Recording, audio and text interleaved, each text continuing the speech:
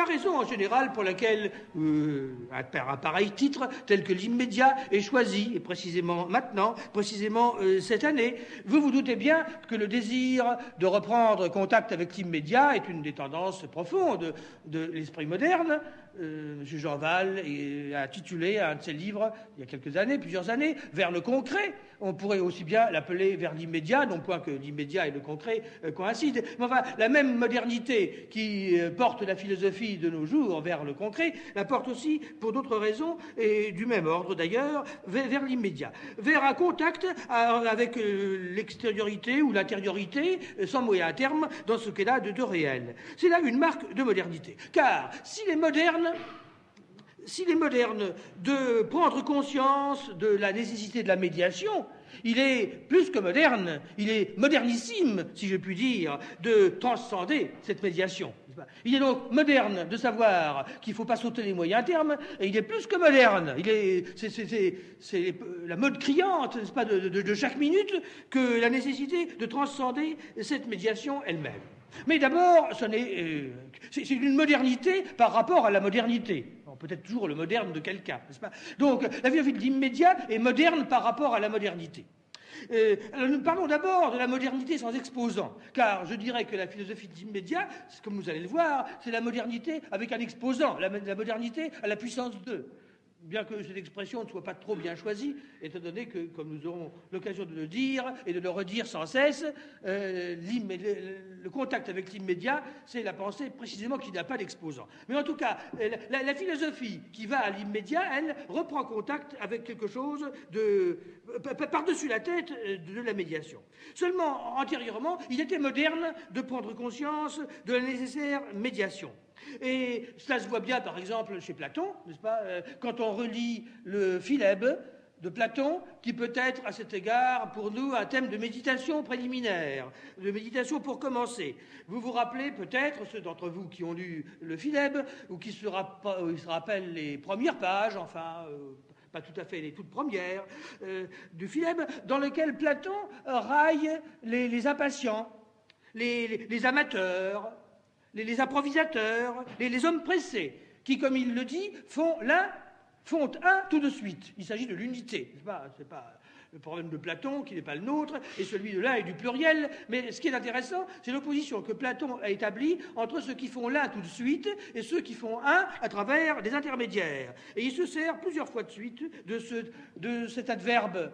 Cet adverbe adialectique, si on peut dire, antidialectique, eutus, qui veut dire en grec directement et aussi immédiatement, sans intermédiaire, tout de suite, séance tenante. Donc, Platon, philosophe, dans ses pages, contre ceux qui passent, en l'espèce notamment, directement à l'unité eutus, directement. 17a, 18a, 19a, 3 fois de suite, dans des pages très voisines. C'est-à-dire encore ceux qui vont à l'un en brûlant les étapes, en escamotant les stations intermédiaires. Et comme dit Platon, ta messa. Ta messa, les choses moyennes, 17a, n'est-ce pas, c'est les moyens termes, dont les hommes impatients et pressés, dont je viens de parler, veulent faire l'économie. C'est ainsi que celui qui fait l'ange, comme ne dit pas Platon, comme nous pourrions dire à sa place, car c'est le vol de l'ange. Les anges peuvent se permettre de ça. Les anges qui sont des anges peuvent se le permettre, mais les hommes qui ne sont pas des anges en sont réduits à faire les anges, faire l'ange. Donc, n'en pas être un, quand on fait l'ange, c'est qu'on n'en est pas un. C'est le cas de l'homme. Alors, l'homme qui, n'ayant que des ailes qu'il s'est fabriquées lui-même, comme Icare, n'est-ce pas, ou des ailes impuissantes, s'élève à l'un directement d'une traite, à l'absolu, sans passer par les degrés requis. Per gradus debitos. Il économise ses gradus debiti, ses degrés requis, sans s'astreindre au purgatoire, n'est-ce pas, au laboratoire et au purgatoire de la médiation. Eh bien, celui qui veut faire l'ange est un charlatan. Tout simplement. Il veut être un ange et il n'est qu'un charlatan. C'est-à-dire un faux ange Un charlatan est un faux ange. C'est un monsieur qui a des ailes, comme un bourgeois qui a des ailes, par exemple. Figurez-vous, un monsieur obèse qui a des ailes pour faire semblant et qui retombe pesamment au sol. Et littéralement, il est un charlatan parce que si le charlatan est par exemple un guérisseur qui prétend guérir sans passer par gradus debitos, d'abord parce qu'il n'est pas passé par les grades, il n'a pas de grade, il n'a pas fait d'études. Et il n'a pas fait d'études d'abord, et ensuite, il ne connaît pas l'organisme. Il n'a pas étudié l'organisme. Il ne passe donc pas par le ministère des actions, des actions physico-chimiques. Il survole les chemins de la causalité. Il survole les chemins de la légalité déterministe, comme Icare, à qui ça n'a pas réussi, qui ne voulait pas passer par le labyrinthe. C'était plus long, évidemment, d'étudier le labyrinthe de Minos, de faire une carte de ce labyrinthe, d'étudier les moyens d'en sortir, en passant par tous les détours qu'il fallait, afin de trouver la porte de sortie. Alors Icare a trouvé un moyen de se passer d'études, de ne pas étudier les méandres et les tortuosités du labyrinthe, qui est de s'envoler dans la hauteur. Vous savez comment ça a tourné. Eh bien, toutes les opérations par lesquelles l'homme veut ainsi escamoter ses degrés, quand ce ne serait que, et surtout lorsqu'il s'agit par exemple des actions progressives que font les toxines sur l'organisme, les transformations de l'organisme, des troubles du métabolisme, etc., et des actions continues, souvent échelonnées sur de nombreux mois et de nombreuses années, celui-là se livre à la magie des actions charlatanes. C'est donc un homme qui, pour reprendre des expressions que l'on trouve curieusement à la fois dans la République et dans le Philèbe, est exposé à l'aventure. Il fait un, comme dit Platon, opos antucosi, c'est-à-dire d'une manière comme ça se présente, à l'aventure, et des aventures quelquefois mortelles, comme celle d'Icare qui retombe au sol, qui se brûle les ailes. Eh bien, dans cette attitude de l'homme à l'égard des messas, pour l'instant, nous n'en sommes qu'à la modernité, et non point à la modernité de la modernité, c'est-à-dire à la philosophie des moyens termes. Dans cette attitude à l'égard des moyens termes, Platon, en somme, voit la différence entre la dialectique et l'éristique, entre la dialectique véritable, scientifique, qui passe par les moyens termes, et la dialectique qu'il appelle éristique, qui est celle des amateurs, n'est-ce pas? L'art de disputer, dans les controverses, de faire des tours de passe-passe, de faire le pitre, le clown, l'acrobate. Et en Grèce, il y avait beaucoup d'éristiciens qui avaient l'air de dialecticiens, et il importait de le distinguer entre eux. Par exemple, il y en a deux espèces qui sont bien connues de Platon, qui sont les grands ennemis de Platon et de Socrate, et qui ne veulent pas passer per gradus debitos. Ce sont les sophistes, et ce sont les rhéteurs. Les sophistes et les rhéteurs représentent, chacun à leur manière, les deux classes d'amateurs, de charlatans, de marchands d'orviétans, qui survolent les chemins de la causalité et de la légalité, les actions par contact, et qui s'élèvent à tire d'aile, par exemple, vers l'unité, si c'est de cela qu'il est question. Un sophiste, d'abord. Tout ceci n'est pas dans Platon, c'est pour faire comprendre. Je prends Platon comme point de départ et les textes du Philèbe pour réfléchir dessus, car ce qui nous intéresse, c'est l'immédiat, naturellement. Eh bien, un sophiste. Non point les sophistes d'Athènes, toujours les sophistes d'Athènes auxquels Platon avait affaire, mais les sophistes de toujours. Qu'est-ce que c'est, sinon des prestidigitateurs qui vous mettent brusquement, nez à nez, avec la conclusion, sans que vous sachiez comment vous êtes arrivé à cette conclusion. Tout d'un coup, vous vous trouvez face à face avec une thèse qu'il vous faut admettre, que vous vous sentez forcé d'admettre, sans savoir comment on y est parvenu. Le sophiste se garde bien de montrer le chemin, l'itinéraire par lequel vous y êtes parvenu. Le sophiste, par exemple, tire une certaine conclusion brusquement d'une thèse sans moyen terme, comme un magicien tire miraculeusement un lapin d'un chapeau, sans l'y avoir mis préalablement. Il tire un objet du gibus qui est là sur la table sans l'y avoir mis. Rien dans les mains, rien dans les poches. Il y a donc, chez le sophiste, l'idée du tour de passe-passe, de l'escamotage miraculeux, ou de la création miraculeuse, un peu comme chez le prestidigitateur. C'est une féerie, une espèce de féerie qui prétend défier les principes de continuité, de conservation et de continuation, qui, à cet égard, est de contradiction, finalement. Eh bien, ce qui est vrai des sophistes est vrai aussi des rhéteurs, ces autres charlatans, auxquels Platon a affaire, et qui, à leur manière aussi, qui est tout un peu différente, nous persuadent d'une certaine thèse, sans démonstration, sans argumentation convaincante, par une espèce de thaumaturgie, par une féerie instantanée, qui est en l'espèce la flatterie, l'agrément, par le ministère de la flatterie et de l'agrément, par le miel des bonnes paroles, par le ton sur lequel elles sont dites, et par quelque chose qui tient plutôt de l'ivresse que de la logique, vous vous trouvez amené à vous ranger dans le parti du rhéteur, à épouser sa cause, comme il arrive quand on va dans les réunions publiques où on est successivement, ou contradictoires, dans lesquelles on est successivement de l'avis de tous ceux qui parlent et qui se contredisent les uns les autres. Donc la logique n'a rien à voir en cela. L'auditeur se découvre donc ensorcelé, en quelque sorte, sans savoir comment, par une espèce d'incantation ou d'envoûtement, c'est-à-dire sans l'intermédiaire des messages. Donc, le rhéteur est à sa manière une sorte comme un ingénieux pickpocket qui subtilise notre portefeuille, sans que nous nous en apercevions vous-même. Et le rhéteur est un charmeur, et le charmeur est un pickpocket, n'est-ce pas? Le charmeur escamote mon consentement.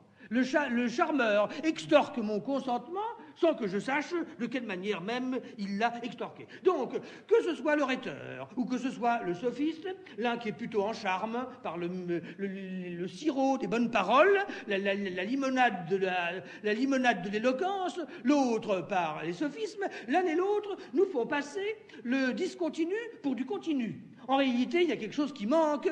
Ce raisonnement est un faux raisonnement. Seulement, il y a un voile ou un brouillard qui flotte sur ce hiatus et nous ne voyons pas la faille. Nous ne comprenons pas où il manque quelque chose, où il y a une lacune. Le discontinu passe donc pour du continu.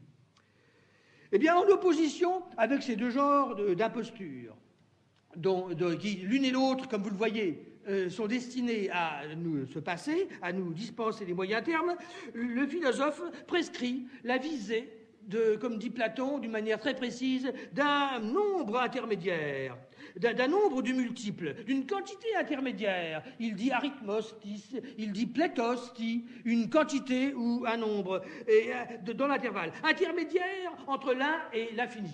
À l'usage des amateurs pressés qui voudraient passer d'un seul coup à tire-d'aile, comme Icare, de l'infinité du multiple, de l'infinité plutôt, à l'unité, Platon prescrit la visée d'une quantité intermédiaire entre l'un et l'autre. Et donc, à la place du bon hasardeux que nous voulons faire pieds joints, il recommande une progression mesurée, une progression en mesure. Il recommande une énumération méthodique qui est d'ailleurs rendue possible par le caractère systématique de l'univers et du monde des idées, qui est une totalité articulée. Il y a des idées qui forment une totalité articulée, bref, un système, et qui rendent possible ces étapes intermédiaires. Et donc, en langage grec, qui rendent possible la dialectique. Et d'ailleurs, c'est ce que prouve un texte voisin dans lequel Platon cite deux exemples qui, chacun à leur manière, sont très caractéristiques de cette méthode dialectique. L'un, c'est la musique, et l'autre, c'est le langage et la phonétique. La science du langage et la phonétique. D'abord, le langage, parce que le langage se sert de signes, des lettres de l'alphabet, et représente une totalité analytique. Et deuxièmement, la musique, parce que la musique est la science des intervalles, qui comprennent à la fois l'unité et la pluralité. Intervalle se dit en grec diastema. Et diastema s'apparente à systema, n'est-ce pas, qui veut dire système. Il y a donc un système des intervalles. Eh bien, vous voyez comment, par cet exemple, Platon, à l'époque où il s'intéressait justement au mélange, à l'époque où ce qui l'intéresse n'est point les choses à l'état pur, mais les dosages. D'ailleurs, le philèbe est un dialogue consacré au mélange. Il fait honneur à cette époque à ce que Bacon, plus tard, appellera axiomata media, les propositions intermédiaires. À la vérité, je me sers de Platon, n'est-ce pas, pour la commodité du discours. Je ne prétends pas que ce que je dis soit absolument complet, ni même exact sur Platon, enfin tout à fait complet en tout cas, car, à vrai dire, Platon s'inscrit en faux dans ses textes, non pas seulement contre des opérations hâtives, bâclées, qui vont à l'unité ou à l'absolu immédiatement, mais également en faux contre les opérations très lentes. Trop lente, à la fois ceux qui dialectisent bradutéron, c'est-à-dire trop lentement, ou tâtonnent, c'est-à-dire trop vite. C'est sur le trop vite que j'ai aussi ici attiré l'attention, mais cela s'applique également, et j'en reparlerai dans un instant, à ceux qui s'enlisent dans les moyens termes, qui les épellent un par un comme des écoliers, et qui n'en finissent plus, et qui s'y perdent. Et d'autre part, ce qu'il dit s'applique aussi bien à ceux qui descendent de l'absolu vers le relatif, de l'un vers l'infini ou le multiple, qu'à ceux qui montent du multiple vers l'un. Je l'ai surtout ici appliqué, également pour la commodité de mon propos, à l'anagogie, c'est-à-dire à l'élan de l'esprit, au vol de l'esprit vers la hauteur. Mais pour ceux qui descendent et qui déduisent, et qui à partir de l'un veulent rejoindre le monde sensible, on pourrait dire les mêmes choses. Là aussi, quand on descend, il faut emprunter les escaliers. Parce que quand on se jette d'en haut, par la fenêtre, on risque de s'écraser au sol. Donc, les escaliers sont faits pour ça. Et les paliers également. Descendez en vol plané ou prenez un parachute pour éviter de vous écraser au sol. En tout cas, nous retenons, puisque ce n'est pas tellement Platon qui nous intéresse en ce moment, que l'immédiat et le média, disons que dans les deux cas, Platon est opposé à toute psychagogie, n'est-ce pas? Il dresse contre la psychagogie l'anagogie ou l'agogie tout court, la conduction dialectique de l'esprit vers la vérité, et non point la psychagogie des thaumaturges, des imposteurs, des charlatans, qui, eux, persuadent l'âme par imposture et par des tours de passe-passe. Donc, d'une manière ou d'une autre, c'est cette anagogie opposée à toute psychagogie qui représente le point de vue de la science, de la probité et de la vérité. D'une autre manière, dans un autre langage, c'est ce que voulait dire et ce que représentaient également les hypothèses de la République de Platon, du 6e livre. Les hypothèses qui sont, dit-il, dans un texte célèbre, 511b, epibasseis kai hormai, c'est-à-dire des degrés et des échelons pour monter et pour aller vers l'arché, vers le principe anhypothétique qui est l'idée du bien. Et qui nous oblige à passer également par des intermédiaires.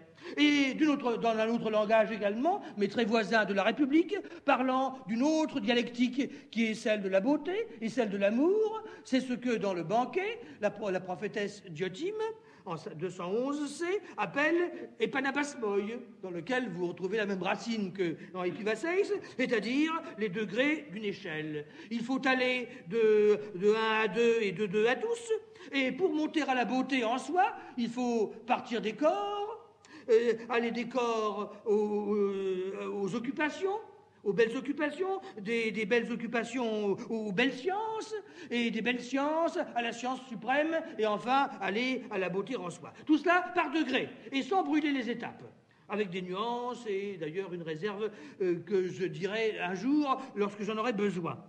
Et ces échelons intermédiaires peuvent aussi avoir un caractère presque mystique et initiatique, car l'initiation également se fait par degrés. C'est ce qu'on voit bien dans des textes de Plotin, qui, d'un côté, s'apparentent à ceux de Platon et exigent de nous imposent les moyens termes, les degrés intermédiaires de l'échelle, mais aussi leur donnent parfois un sens initiatique.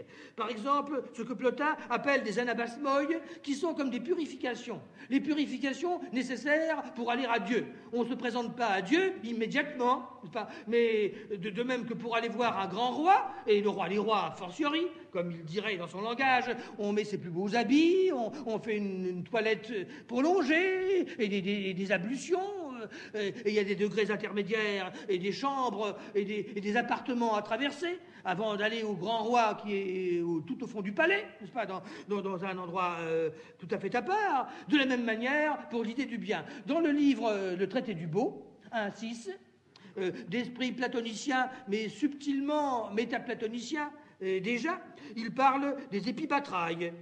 Des épibatrailles, c'est-à-dire de nouveau des tremplins pour monter. Et pourtant, Plotin avait connu, paraît-il, des extases, c'est-à-dire des mises en présence de Dieu, des mises en présence immédiates et directes. Eh bien, pourtant, ce philosophe des extases, d'ailleurs il n'en avait pas eu beaucoup dans sa vie, savait le prix des intermédiaires et des propédeutiques et des études préparatoires. Des études préparatoires pour s'élever à l'absolu. C'est que, même pour un esprit religieux, ou comme le sien, la révélation de la vérité complète n'est pas immédiate, ne peut pas se faire en une fois. Au XIXe siècle, la modernité, comme revendication des intermédiaires, et comme défiance envers l'immédiat, comme envers tout ce qui est spontané, primitif, charlatan et faussement angélique, prend une autre forme, une forme temporelle. Les messas, les moyens termes dont parlait Platon dans le Philèbe, deviennent temporels. C'est-à-dire qu'ils deviennent, pour les appeler par leur nom, des moments. Le moyen devient un moment. Un messone, comme nous verrons, est toujours à quelques degrés à un moment, n'est-ce pas? Puisque, après tout, la mineure d'un syllogisme est un moment du raisonnement. Mentalement et psychologiquement, la mineure représente un moment, une étape dans le raisonnement. Mais vice-versa, un moment n'est pas nécessairement un moyen au sens logique de ce mot. Donc il s'agit, cette fois, non pas de moyens purs et simples, mais de moments successifs du devenir. Cette succession temporelle, remarquez-le, est appliquée déjà dans le discours, dans le raisonnement, dans l'approfondissement dialectique, dans le travail et l'effort de la pensée, car tout approfondissement dialectique prend du temps. Mais pour un logicien, ce temps est un épiphénomène psychologique, accidentel, n'est-ce pas? Ça n'intéresse pas l'amant de la vérité, celui qui veut la vérité, n'est-ce pas? Celui qui veut la vérité d'abord et qui est braqué uniquement sur la fin qu'il vise, considère le temps consacré à l'approfondissement, le temps de l'approfondissement, comme du temps perdu, pas comme du temps sans intérêt. Donc, ce temps qui, pour beaucoup de philosophes, est l'événement essentiel, était pour ces métaphysiciens simplement un temps perdu, un temps épiphénoménique. Et en fait, on voyait bien que les Grecs, qui avaient un sentiment très vif du discours, et même du temps que le discours nous fait perdre, n'est-ce pas, n'avaient pas la conscience de la temporalité comme telle, comme nous disons aujourd'hui. Le grec, même là où il nous impose l'obligation des étapes et des étapes intermédiaires, n'a pas la conscience du temps comme tel, c'est-à-dire du temps indépendamment de la pensée qui le remplit. Car la pensée prend du temps, mais c'est autre chose que de dire la pensée prend du temps et de prendre conscience de ce temps que prend la pensée, de ce temps que dure la pensée. Et qui n'est pas simplement un temps perdu qui s'étale sur un quart d'heure d'horloge, mais c'est un temps qui a une existence positive. Eh bien, pour les Grecs, ce temps n'était qu'une détente de l'éternité. Pour Bergson, on peut revenir à l'immédiat sans quitter le temps. On peut revenir à l'immédiat à l'intérieur même de la temporalité. Parce que d'abord, il y a une intuition immédiate du temps. Parce qu'il y a une intuition immédiate du devenir. Tout à l'heure, nous disions, le temps est une espèce de médiation par laquelle l'homme tourne autour de l'absolu au lieu de s'installer en lui. Mais c'est à la condition que le temps lui-même soit considéré comme ce détour et que l'éternité ou la vérité instantanée et intemporelle soit considérée comme accessible. Tout change si on considère que l'homme dans le temps est un homme plongé dans son milieu naturel. Alors, pour trouver l'immédiat, il n'est pas obligé d'attendre la fin des temps, Il n'est pas obligé d'attendre la résorption du temps, mais il peut trouver l'immédiat en pleine temporalité. Donc, l'essence de l'immédiateté bergsonienne, c'est de nous promettre l'immédiateté à l'intérieur même de la durée, dans le temps lui-même, et d'abord, comme je viens de le dire, parce que le temps lui-même est l'objet d'une intuition et d'une intuition immédiate. Cette fois, comme vous le voyez, le temps n'est plus un retard négatif qui nous sépare de l'absolu et par conséquent un lieu d'exil.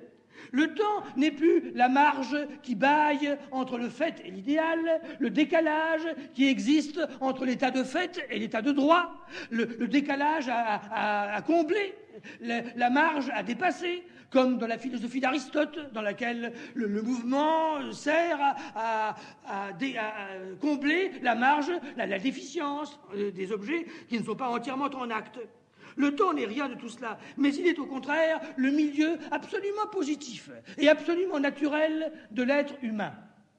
L'être humain est entièrement temporel et le temps est sa patrie. Et plus que sa patrie, le temps est son essence même. Le temps est sa seule manière d'être.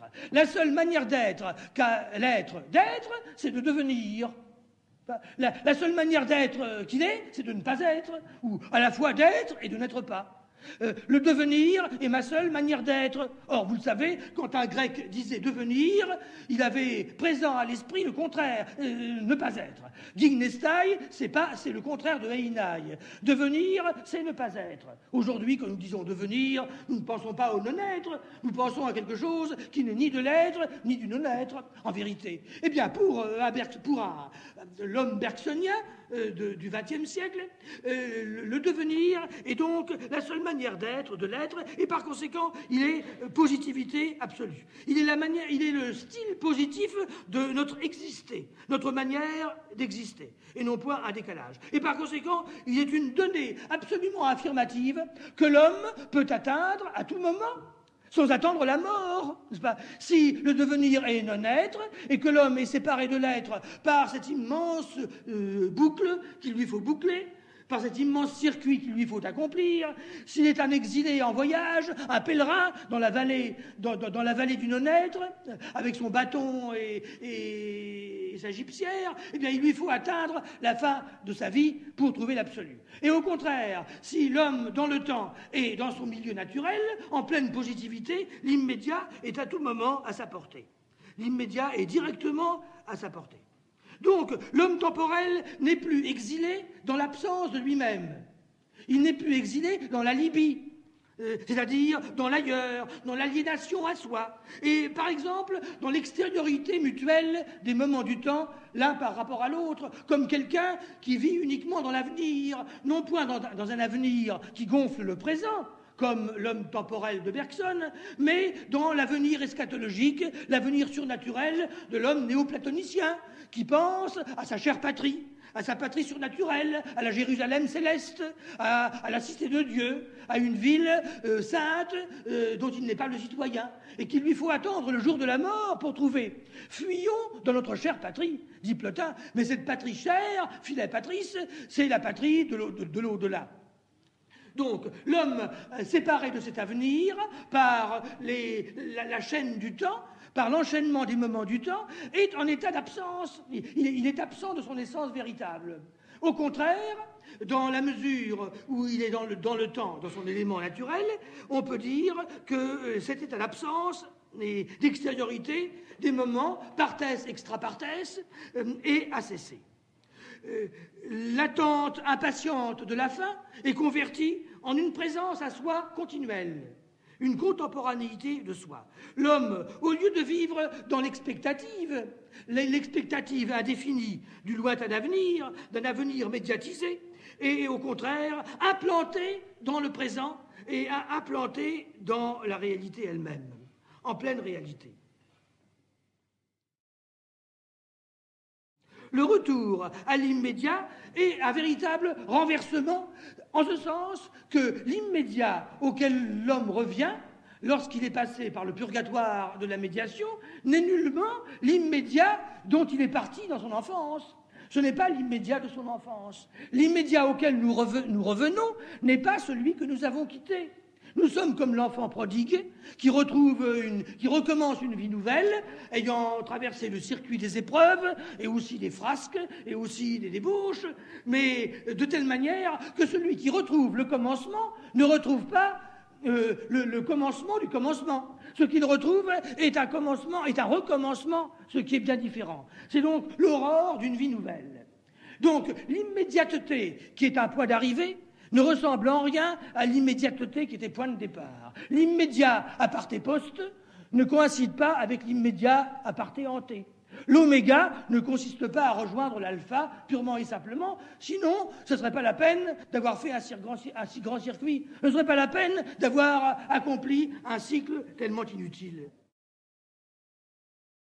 Il y a deux sens du mot immédiat, comme il y a deux sens du mot spontanéité. L'un qui est chronologique, purement chronologique, et l'autre qui est philosophique. Au premier sens, c'est-à-dire au sens chronologique, l'immédiat est immédiat comme la crédulité impulsive de l'enfance est immédiate, comme la confiance trompeuse dans les apparences est immédiate. Alors en ce sens, l'immédiat est un principe d'erreur et un principe d'illusion. Il est à la source des opinions illusoires. De même que dans ce premier sens, nous disons qu'une opinion est spontanée lorsqu'elle est simplement le résultat de l'instinct, de la passion, ou quand elle est une opinion réflexe que nous avons parce que le milieu social nous la suggère, ou parce que nos viscères, nos organes nous la suggèrent. Pas une opinion qui a sa source dans les viscères est bien spontanée si l'on veut, mais dans un sens physiologique. Dans le sens physiologique où les mouvements spontanés sont justement des mouvements automatiques, puisqu'il y a un sens où spontanéité veut dire automatisme. Et dans ce sens, on peut dire donc que c'est la sensation brute, la sensation non dégrossie, la sensation non critiquée, puisque nous disions qu'elle est antérieure à la réflexion, c'est elle qui est immédiate. Et c'est la croyance réaliste, par exemple, aux indications du monde extérieur, aux indications de l'extériorité, la croyance que la chose que nous percevons est exactement la chose elle-même, c'est cette croyance qui est à son tour spontanée et immédiate. Et dans un deuxième sens, qui est le sens philosophique, et qui est bien sûr le seul qui nous intéresse, et le seul dont il puisse être question quand on parle, comme le mot l'indique, de retour à l'immédiat, d'un immédiat qui n'est pas celui que nous avons quitté, mais qui est un autre, c'est l'intuition bergsonienne, et c'est la contemplation des mystiques, et c'est même, en un autre sens, l'évidence cartésienne, qui peuvent apparaître comme immédiates. On peut dire que c'est bien un retour à la nature, un retour à la spontanéité de la nature, mais pour accomplir ce retour à la nature et pour redevenir spontané, il faut un grand effort. Par exemple, chez Descartes, pour cesser de croire au conte de nourrice, qui représente l'immédiat au premier sens, l'immédiat pré-réflexif, pour cesser d'être superstitieux, de croire aux tables tournantes, de croire aux conseils de la colère, de la vengeance, de la passion, de la concupiscence. Et pour redevenir simple et naturel, il faut souvent beaucoup d'études, beaucoup d'efforts. Non seulement l'immédiat que nous retrouvons n'est pas le même que nous avons quitté dans notre enfance, mais il peut arriver même que ce soit celui-même que nous avons quitté dans notre enfance, mais que nous retrouvons à bon escient. Ici, c'est simplement le fait d'avoir vécu et de le retrouver. Naturellement, si l'immédiat que je retrouve n'est pas le même que celui de mon enfance, eh bien, ce renversement du pour au contre n'a rien de particulièrement étonnant. Et on ne peut pas dire que j'ai bouclé la boucle. On ne peut pas dire que le circuit soit refermé. Ce que je trouve à l'arrivée n'est pas exactement ce que j'ai quitté. C'est le cas, par exemple, dans l'évidence cartésienne. Mais il peut arriver en outre, c'est notamment le cas des peintres, des artistes, des poètes, dont nous évoquions tout à l'heure le message, que l'immédiat que nous retrouvons soit celui-même que nous avons quitté. Quelle différence y a-t-il donc entre eux ? Quelle différence y a-t-il entre l'immédiat avant et l'immédiat après ? L'immédiat ultérieur, puisqu'en un sens, c'est le même, dans la mesure, par exemple, où la poésie est une enfance. Eh bien, la différence qu'il y a entre eux, c'est le temps. Toute la différence qu'il y a entre eux, c'est le temps qui s'est écoulé. Le temps qui est la chose invisible, je ne sais quoi d'invisible, d'impalpable, d'impondérable, même si dans ce temps il n'y a pas eu des épreuves telles que celles qu'a probablement couru l'enfant prodigue, en courant le monde, n'est-ce pas, à travers 1000 débauches, même si dans ce temps parcouru il n'y a pas eu d'épreuves particulières, de souffrances, on peut dire que le fait même d'avoir vécu, d'avoir duré, d'être devenu entre-temps, le fait que du temps s'est écoulé, introduit entre le point de départ et le point d'arrivée une marque différentielle. Une marque différentielle d'autant plus mystérieuse et d'autant plus importante que précisément elle ne tient à rien, qu'elle ne tient pas. Naturellement, si de ces deux hommes, l'un est resté à domicile, et tandis que l'autre a parcouru la cordillère des Andes, n'est-ce pas, et que le deuxième, qui est son frère, après être monté au sommet de la cordillère des Andes, revient ensuite à la maison, différent de son frère, c'est pas étonnant, il a été dans la cordillère des Andes.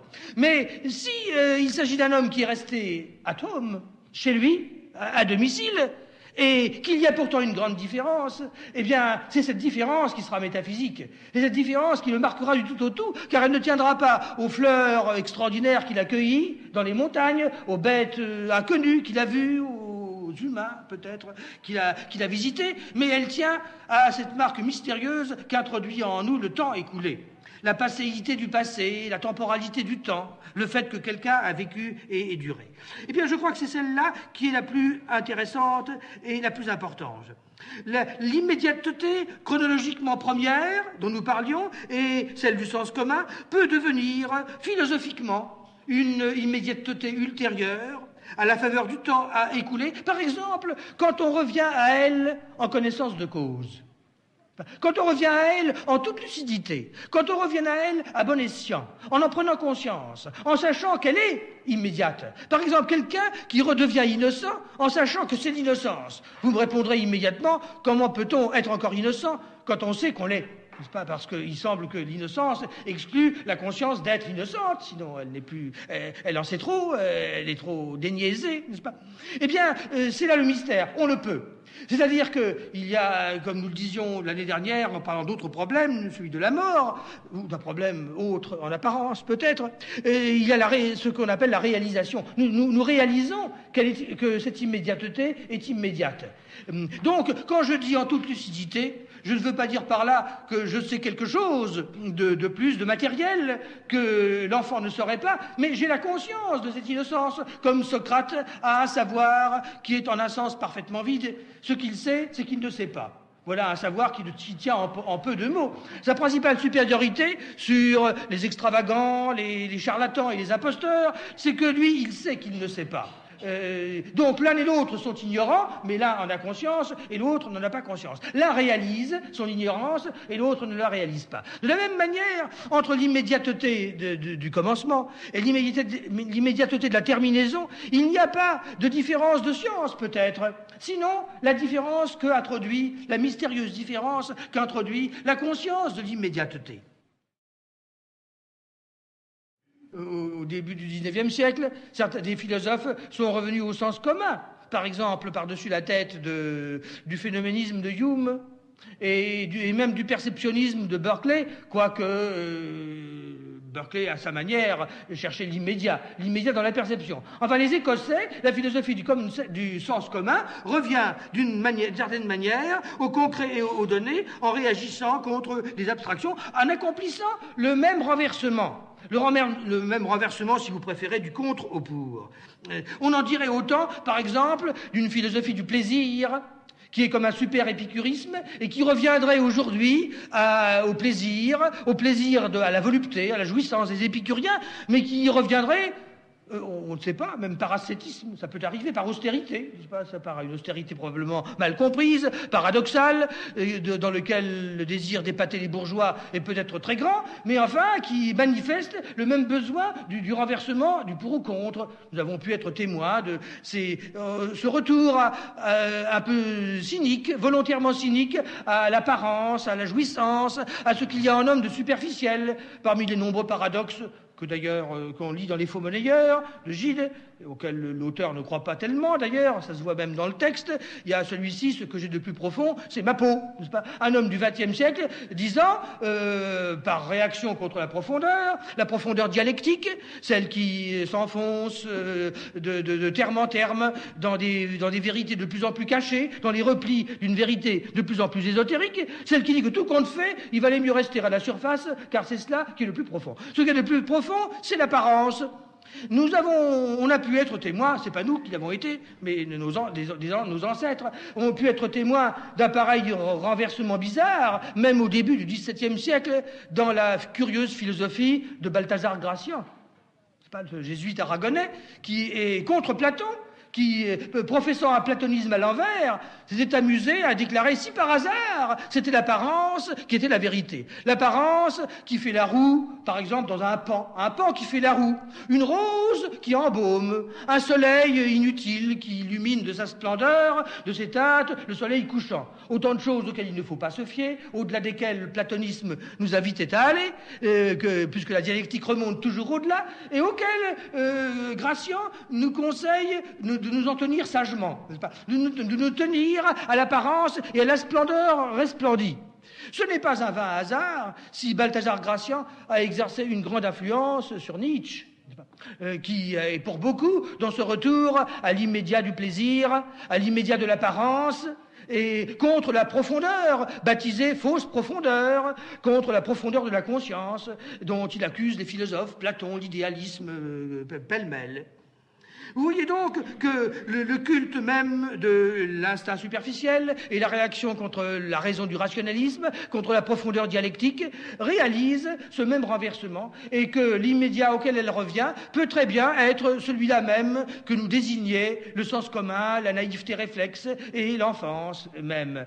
Seulement, elle y revient après avoir subi des épreuves, après avoir parcouru le cycle du temps, après avoir vécu. Et ce qu'elle dit, même si c'est la même chose, elle le dit avec un accent différent, comme un vieillard ou un adulte qui dit les mêmes choses qu'un jeune homme, mais qui les dit en connaissance de cause. Il n'y a aucune différence entre les phrases de l'un et les phrases de l'autre, mais il y a une différence de sonorité, une différence qui, en somme, est une différence du tout au tout, qui fait qu'elles n'ont pas le même sens et qu'elles peuvent convaincre davantage. Entre ces deux immédiats, celui à parte ante et celui à parte poste, qu'est-ce qu'il y a? Eh bien, entre les deux, il y a la grande zone intermédiaire de la médiation, qui est aussi celle du sérieux, celle de la conscience prosaïque et sérieuse, qui s'astreint aux travaux forcés de la médiation. Entre l'immédiat du début et celui de la terminaison, il y a donc la zone moyenne, qui est la zone naturelle du sérieux et de l'intermédiarité, et qui est déjà intermédiaire en raison même de son caractère ambigu. Car la médiation, surtout pour une philosophie qui veut reconquérir le rapport avec la donnée immédiate, apparaît comme un mal nécessaire. Et si vous réfléchissez sur le concept du mal nécessaire, vous y trouvez, dans l'alliance même des deux mots, l'alliance paradoxale, scandaleuse et même diabolique des deux mots, l'idée de l'ambiguïté, car comment un mal peut-il être nécessaire? Un mal nécessaire, c'est l'enfer, n'est-ce pas? D'une certaine manière, la nécessité du mal, ce serait l'enfer. Ce devrait être une idée diabolique, car il paraît être de l'essence du mal de n'être pas nécessaire, mais contingente, d'arriver par hasard, comme un homme qui fait le mal. Il fait le mal, personne ne l'en priait. Il le fait parce qu'il est méchant, mais le monde pouvait très bien se dispenser de cette méchanceté. Le monde pouvait se dispenser de la parole dure qui a été prononcée aujourd'hui à Paris, dans tel quartier de Paris, par exemple, qui est un péché, n'est-ce pas? Donc une chose gratuite. Et inversement, rien de ce qui est nécessaire ne devrait être mauvais. L'espace nous sépare, nous sépare des autres, par exemple, nous sépare des villes où nous voudrions être, comme par exemple pour les soupirs, là, quelque part, là où il y a des pigeons, à Venise, qui est loin. L'espace nous rend multi-absents, omni-absents, fait de l'être présent quelque part un être omni-absent. Mais à y bien réfléchir, l'espace rapproche et relationne autant qu'il sépare. Car s'il empêche l'être fini d'être partout présent, comme seuls les dieux, s'il l'oblige à rester dans la colocation de son lieu privé, et là seulement, par contre, l'espace, c'est la possibilité de tous les mouvements, n'est-ce pas? Tout ce qui est possible est permis. Donc l'espace est un milieu parfaitement obéissant dans lequel l'homme a la permission de faire ce qu'il voudra. Et il en est de même du temps. D'une certaine manière, le temps est la marque de notre finitude, en ce sens qu'il nous enchaîne à ce petit canton temporel qu'on appelle le maintenant, n'est-ce pas, et qui est du reste lié à ici, hic et nunc, et qui fait de l'être présent un être incapable, comme dit le proverbe, d'être et d'avoir été. Mais d'une autre manière, et plus encore que l'espace, le temps est un milieu absolument docile, absolument obéissant, encore plus que l'espace. Parce que dans l'espace, on va plus ou moins vite selon le véhicule qu'on emprunte, et tout le monde ne peut pas se promener en avion à réaction. Et donc la permission est une permission métaphysique, mais elle n'est pas toujours technique. Au contraire, le temps, c'est le milieu absolument qui n'oppose absolument aucune résistance à l'homme, et dans lequel toutes les opérations de l'homme, le travail, à commencer par lui, le travail qui modifie notre avenir, qui parfois le rend plus proche, qui en tout cas en modèle la figure, le rend tel que nous le voudrions, dans lequel toutes ces opérations sont devenues parfaitement possibles. Et par conséquent, voilà le beau cadeau que l'homme a fait à l'homme déchu, si tant est qu'il est déchu, n'est-ce pas? L'ayant chassé de l'éternité, de l'omniprésence et de l'éternité, et de l'omniprésent, l'omniprésence dans l'espace, et de l'omniprésent qui est l'éternité dans le temps, il lui a tout au moins donné le temps et l'espace comme étant des milieux obéissants dans lesquels l'homme avait la latitude de faire tout ce qu'il voudrait. Eh bien, cette digression était pour montrer, car c'en est une, était pour montrer que finalement, la positivité, la négativité de la médiation, qui me sépare de la donnée, est aussi une positivité passionnante, dans laquelle l'homme peut médiatiser, rendre proche ce qui est lointain, absent ce qui est présent, rien que par son travail et par son effort. Celui qui veut plus généralement encore un résultat séance tenante, et ou qui veut le but en sautant à pieds joints par-dessus des obstacles qu'il sait qu'il ne pourra franchir, et par-dessus, indépendamment des moyens qui rendraient ce but accessible, en réalité fait semblant de vouloir. Il joue la comédie de la volonté. En réalité, il veut tout autre chose, et probablement, il veut obscurément l'échec. Ou bien, ce vouloir est simplement un vœu platonique, un pieux optatif, si on peut dire, quand ce n'est pas la subvolonté du contraire. Nous avons tous connu, quelquefois, des amoureux un peu suspects, qui étaient en apparence amoureux, et qui s'arrangeaient, se mettaient dans une situation telle qu'ils devaient rater leur rendez-vous, par exemple, n'est-ce pas, qui voulaient obscurément les conditions qui feraient échouer leur but, n'est-ce pas. Soi-disant, ils avaient très envie de quelque chose, mais nous sentions bien une sourde mauvaise volonté que nous ne pouvions pas assigner, parce qu'en apparence, de toute leur volonté, ils voulaient ce but, ils voulaient la femme aimée. Mais nous nous rendions bien compte qu'ils ne faisaient pas ce qu'il fallait pour l'avoir, n'est-ce pas. Ils ne disaient pas les paroles qu'il fallait. Par exemple, ils partaient pas à l'heure, n'est-ce pas. Ils s'arrangeaient pour arriver une demi-heure. C'était jamais de leur faute. C'était la faute d'un embarras de la circulation, comme par hasard, qui était là, n'est-ce pas. Mais probablement qu'ils avaient cherché l'endroit encombré pour ne pas arriver à l'heure. Enfin, il y a toutes sortes de mécanismes obscurs qu'un psychologue démêlerait mieux que nous, probablement, et qui avaient fonctionné et qui expliquaient que cette volonté n'en était pas une. Et maintenant, c'est la volonté des moyens sans la fin. Sans la fin. Tout à l'heure, il y avait du charlatanisme, et même du machiavélisme, comme nous l'avons vu, et la plus noire hypocrisie. Maintenant, il y aurait autre chose. Ces mots conviendraient mal. C'est plutôt le mot de trahison qui s'imposerait. Quelque chose comme une trahison. D'ailleurs, il y a quelque chose, cette fois, qui s'opère à longueur de temps. Peu à peu, l'homme prend goût aux moyens. Tout à l'heure, l'homme impatient sautait à pieds joints sur la faim, comme le tigre sur sa proie, mais le tigre ne veut pas la manquer, contrairement à l'homme qui cherche à la manquer. Et cette fois, il s'agit d'une accoutumance. Et comme le mot accoutumance l'indique, d'un processus qui s'opère peu à peu à travers le temps, par un phénomène que les psychologues et les sociologues pourraient étudier également mieux que nous, et que nous pourrions appeler d'un mot l'adhésion ou l'adhérence. L'homme adhère peu à peu aux moyens, dans l'oubli de leur fonction.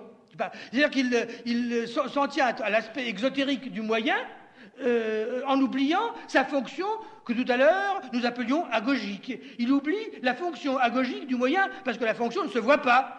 Par exemple, on lui donne des moyens termes à manier qui sont comme l'argent, comme le numéraire, comme les concepts et qui sont destinés à penser, n'est-ce pas, qui sont destinés à un autre but, qui mène quelque part. Pour ne pas perdre de vue le but auquel ces moyens mènent, il faut tenir ferme la ligne de mire.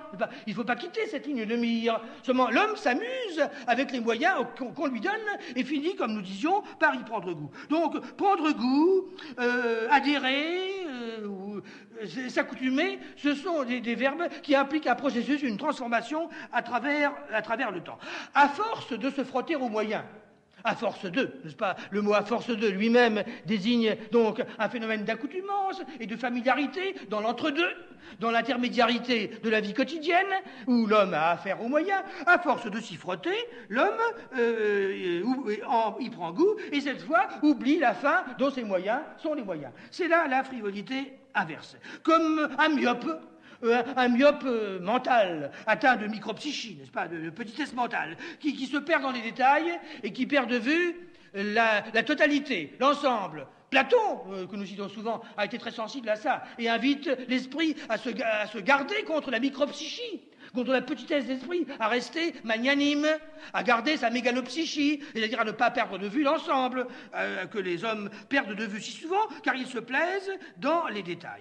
Il y aurait donc un processus que nous n'avons pas le temps d'étudier, d'ailleurs qui n'intéresserait pas notre propos, d'oubli, d'une part, d'oubli de la fin, d'accoutumance aux moyens, transformer en fin en soi, la fin hypothétique ou provisoire devenant une fin catégorique, devenant une fin inconditionnelle par un transfert que les psychologues et les sociologues ont étudié.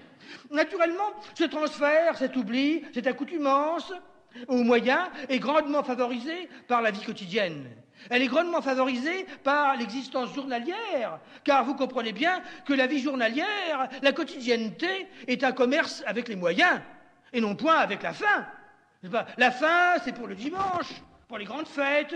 Le jour des grandes fêtes, on pense à la fin, comme les hommes pensent à leur mort de temps en temps, et au bon Dieu, dans le meilleur des cas, 2 ou 3 fois par an, et encore c'est beaucoup pour la plupart des hommes. Alors le reste du temps, à quoi pensent les hommes? S'ils ne pensent pas à la fin, eh bien ils pensent aux moyens, car c'est avec les moyens qu'est tapissé l'intervalle, si on peut s'exprimer ainsi.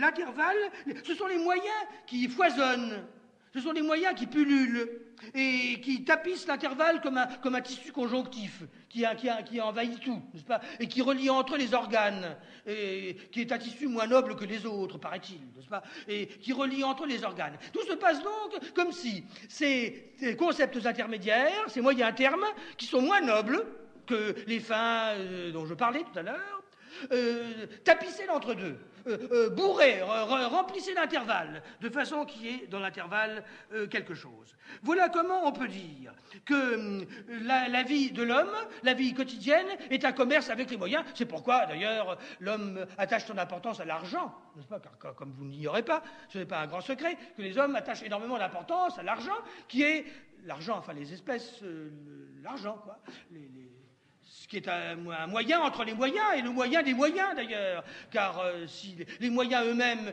ne sont que d'humbles moyens, l'argent est un moyen de se procurer ces moyens. C'est donc un moyen encore plus abstrait, indirect, secondaire que les moyens et que les autres moyens. Et les hommes oublient même les biens dont cet argent est le moyen pour ne s'intéresser qu'à l'argent lui-même.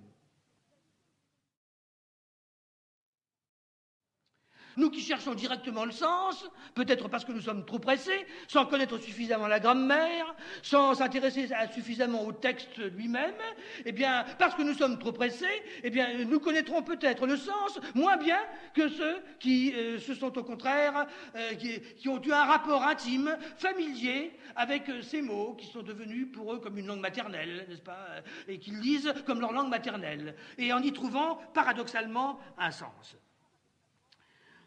En tout cas, il arrive ici quelque chose qui est bien singulier, qui est le report du mystère de l'immédiateté.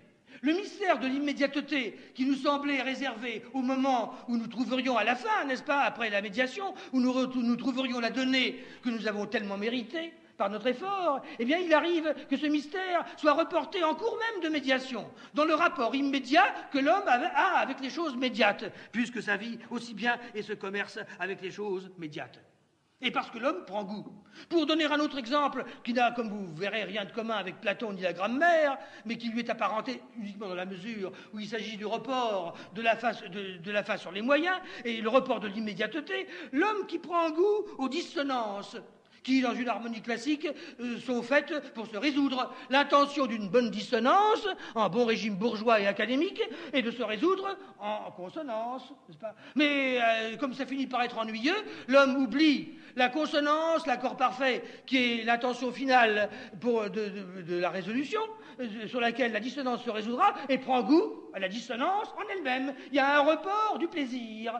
Enfin, le plaisir de repos que l'homme éprouverait seulement quand il arrive à la consonance, il va l'éprouver, comme Debussy, par exemple, alignant des neuvièmes de dominante parallèles ou des septièmes parallèles, il les trouvera dans la dissonance elle-même, et dont la résolution est reportée à l'infini, ajournée et parfois même supprimée totalement. Il y a donc un report de l'impératif arbitraire du plaisir, un report de la postulation hédonique, n'est-ce pas, et du plaisir de l'homme, du plaisir en soi, dans lequel la valeur hypothétique est devenue à son tour catégorique par contagion et catégorique par contamination, et inconditionnelle par contamination.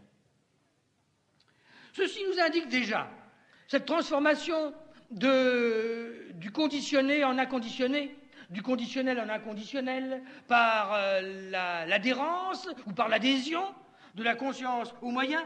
Elle nous indique que le véritable sérieux devrait être, comme Platon lui-même nous l'indique, sans employer ce langage, bien sûr, sans employer ces mots, consisterait à éviter de s'arrêter au niveau des moyens. Et en ce sens, on peut dire qu'il est l'opposé de la sottise. Car la sottise est toujours adialectique. Elle perd de vue l'intention des moyens. Elle oublie l'intention de ces moyens qui est leur fin. Et la précaution du sérieux, ce sera donc de ne pas transformer l'hypothèse en thèse. Le kairos, l'art de saisir l'occasion. C'est qu'il faut retrouver le sens de l'opportunité présente pour accéder à la véritable immédiateté. Jankélévitch déploie sa philosophie du presque rien, cette façon très personnelle de palper l'impalpable pour échapper à l'alternative posée par ceux qui ne veulent que l'éternité et ceux qui ne désirent que le moment immédiat. À la suite de Bergson, il critique ici le modèle spatial du temps. Il semble d'abord que deux formes de proximité lointaine, enfin d'immédiateté, se présentent à nous. Proximité, d'abord, comme le mot l'indique, est un superlatif, mais un superlatif qui peut être aussi bien temporel que spatial, mais qui est d'abord spatial. La chose la plus proche de nous. Donc, si vous le voulez, en prenant la chose à l'envers, le besoin de ce superlatif de la proximité, dans l'espace et dans le temps, représente, en parlant à rebours, le besoin d'un minimum d'espace et d'un minimum de temps.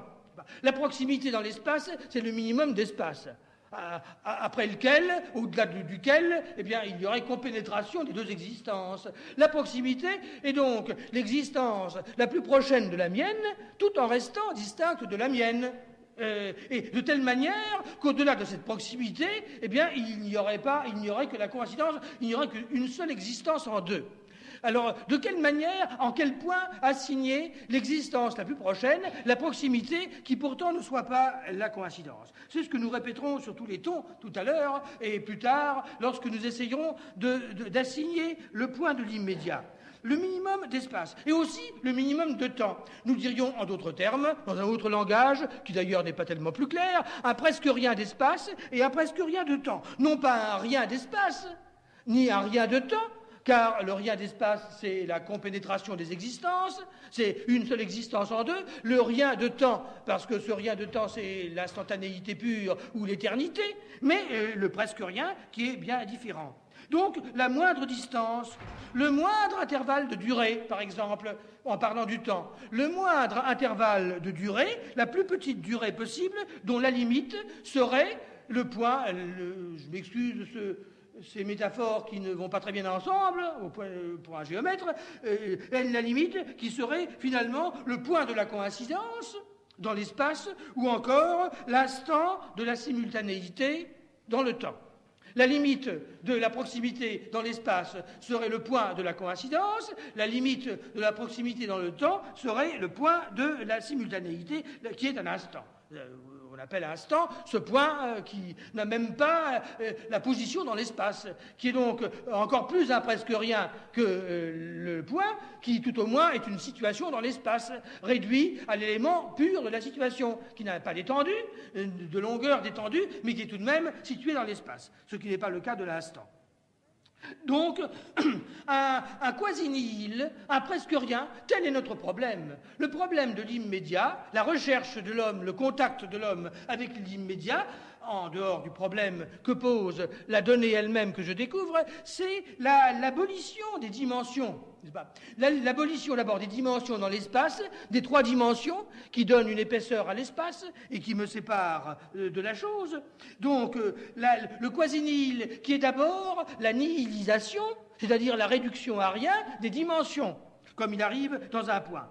Et d'autre part, la réduction également, la compression, en employant des métaphores qui forcément ne peuvent être que spatiales, la compression du temps jusqu'à l'extrême limite, au-delà de laquelle il n'y aurait plus que l'instant. Eh bien, cette abolition des dimensions de l'espace et cette abolition de la dimension temporelle est bien propre à nous donner le vertige. Vous voyez donc que la suppression des intermédiaires, aussi bien dans l'espace que dans le temps, aboutit à quelque chose qui est un immédiat à la fois spatial et temporel, et dans lequel la présence et le présent sont une seule et même chose. La présence qui est la suppression au maximum de l'espace, le présent qui est la suppression des intervalles dans le temps, qui est la réduction du temps au minimum, la minimisation du temps. Donc, en ce point, présence et présent ne sont plus qu'une seule et même chose. Ainsi, notre plan semble tout indiquer et paraît clair, enfin peut-être l'est-il surtout en apparence. Notre plan serait d'abord d'étudier l'immédiat spatial, à savoir, par exemple, dans la connaissance, pour réduire au minimum la distance de moi à l'objet, entre moi et l'objet. Deuxièmement, l'étude de l'immédiat temporel, c'est-à-dire la réduction au minimum de l'intervalle qui me sépare du futur. Et enfin, en troisième lieu, à la fois la suppression de la distance dans le temps et dans l'espace, dans mes rapports avec autrui. Par exemple, dans mes rapports avec la personne humaine, notamment dans l'amour. Les rapports de l'homme avec la deuxième personne, qui est la personne d'amour. Ainsi, la proximité dans l'espace, l'imminence dans le temps, et à la fois dans l'espace et dans le temps, le rapport de tutoiement de l'homme avec la deuxième personne. Vous remarquerez que dans les trois cas, il s'agit non pas de la donnée elle-même, mais de mes rapports avec la donnée. Le problème de l'immédiat est donc un problème de rapport, le problème de la relation, et non point le problème de la donnée. Nous ne nous interrogeons pas sur la nature même de la donnée, mais nous nous interrogeons uniquement sur les rapports que nous entretenons avec elle. C'est donc dire que ce qui est immédiat pour l'un peut très bien ne l'être pas pour l'autre. Et par conséquent, aucune chose, aucune donnée n'est immédiate en soi-même, mais simplement peut le devenir dans son rapport avec le sujet. Peut-on parler véritablement d'un rapport avec autrui, d'un rapport avec la donnée, dans l'immédiat? Est-ce que l'immédiat lui-même correspond à un rapport? C'est donc ce dont on pourrait douter, car au premier abord, il semble que l'immédiateté exclut d'abord le rapport. Elle semble exclure le rapport lui-même et en faire l'économie. L'immédiateté, économisant les moyens, semble en général transcender la relation, être transcendante à la relation, puisqu'elle paraît annuler la distance qui me sépare du donné. Mais à regarder les choses de plus près, il semble que le rapport immédiat n'exclut pas le rapport, mais exclut plutôt l'intermédiaire dans le rapport. Ce qui est exclu, ce n'est point la relation, c'est la relation intermédiaire, c'est le moyen qui s'interpose entre moi et la donnée, mais non point le rapport. L'immédiateté est donc bien un rapport, mais c'est un rapport direct. Je vais directement à la donnée, sans passer par un tiers, sans passer par un intermédiaire et par un moyen terme, mais j'ai bien un rapport avec elle. Pour parler un langage plus pédant peut-être, nous dirons que ce qui est exclu, c'est le raisonnement, c'est le syllogisme, logismos, mais non point logos. Le logismos qui est logos de logos, qui est relation de relation. Ce qui est exclu, c'est le rapport de rapport, mais ce n'est pas le rapport lui-même. J'ai bien un rapport avec l'autre, mais ce qui est exclu, c'est donc le rapport avec exposant, que j'exprime par le mot logismos, logizein, si vous voulez, ou syllogisme, le logos de logos. Donc, la médiation syllogistique. En d'autres termes, le problème de l'immédiateté est le problème du rapport direct entre deux termes, entre moi et la donnée, entre la personne et sa deuxième personne, sans un tiers, sans témoin, sans un tertium quid. Par exemple, le dialogue direct est un rapport immédiat, mais c'est un rapport tout de même. C'est un rapport qui ne passe pas par l'intermédiaire d'un troisième, dans lequel je parle directement, je m'adresse directement à la personne avec qui j'ai rapport, sans passer par un neutre, sans lui parler par un intermédiaire, comme le font deux personnes qui se boudent, et qui, au lieu de se parler entre elles, se parlent par l'intermédiaire d'un troisième, ce que font très souvent les nations et les États, qui passent leur temps à se bouder et qui demandent des conciliateurs et des médiateurs pour se parler par personne interposée. C'est donc une relation intermédiaire et médiate. Donc, le rapport que deux États, que deux collectivités, que deux personnes ont entre elles est bien un rapport, mais quand il est immédiat, ce rapport exclut simplement le recours à un tiers et à un moyen terme. C'est donc une passerelle jetée directement de l'un à l'autre et qui va de l'un à l'autre directement. Une relation simple, si vous le voulez. Une relation sans exposant dans laquelle il n'y a plus que la présence de l'un et de l'autre. C'est pourquoi je dis relation, mais non point relation de relation. Logos, mais non point logismos. Legein, mais non point logizein, qui est un verbe itératif, compliqué, replié sur lui-même. Logizein est un legein avec exposant. De même que le raisonnement est une parole avec exposant, dans lequel, au lieu de rapporter directement un sujet, un prédicat à un sujet, un attribut à un sujet, je vais en chercher un troisième, parce que l'un et l'autre se boudent, et comme tout à l'heure, je vais chercher un intermédiaire pour les mettre en rapport, pour les obliger à se regarder, car sans cela, ils se regarderaient en chien de faïence. Donc, l'immédiateté, comme vous le voyez, c'est la reprise, au contraire, en un sens, des relations. Donc, nous avions le droit de dire, malgré tout, qu'il s'agit d'un rapport de l'homme avec la donnée, et non point de la donnée elle-même, étant entendu que ce rapport est un rapport direct.